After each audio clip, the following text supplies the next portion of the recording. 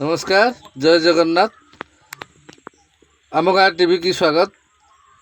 बर्तमान आम पहुँचलु नयागढ़ जिला रणपुर ब्लॉक अंतर्गत कासंदा ग्राम पंचायत जामुसाई ग्राम सेठारे गोटे घुषुरी फार्म अच्छी आ कुकुड़ा फार्म टी अच्छी ट्रैक्टर टी थुआई रुआ मेसीन भी अच्छी। एथुरु जना पड़ुची गोटे फार्म हाउस।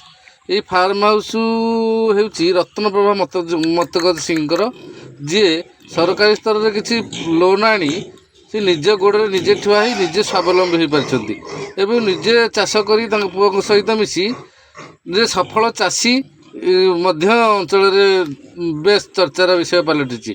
बर्तमान आम पाखर सी अच्छा आम फार्म बुली आउ सबू भी देखी से आम पाखे अच्छा कौन प्रतिक्रिया देउछंती शुणी नेबा।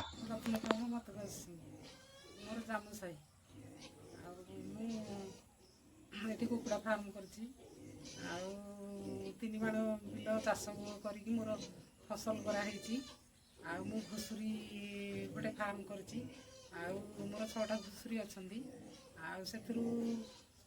लोक माने उपकृत हूँ जे माने भल चाषी होगापाई भल माने घुषुरी रखिकी बहुत लाभवान हूँ सब कथा एमती मत जो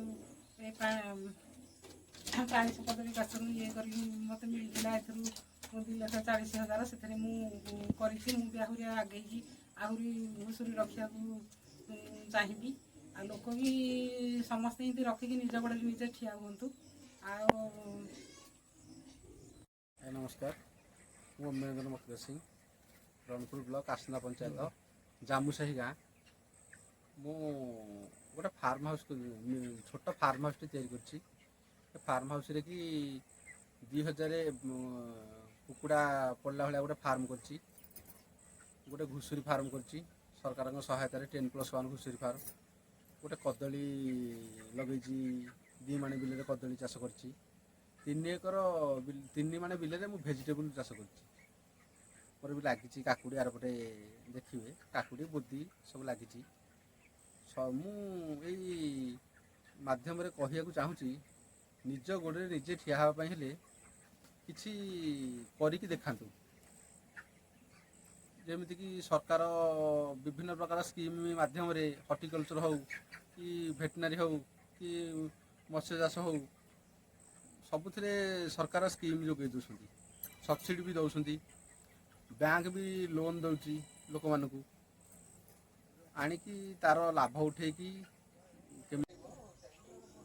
आपण मैंने से माँ पुओं तो प्रतिक्रिया नौले बर्तमान से कहते केमी लोन आनिकी निजे गोड़े निजे ठिया होती स्वावलम्बी होती अन्य को यही करने से उदाहरण पालिछंती। एमती अनेक न्यूज देखापी खबर देखापी आम अंचल गाँ टीवी की लाइक करूँ शेयर करूँ फॉलो करूँ। रोची नमस्कार, जय जगन्नाथ।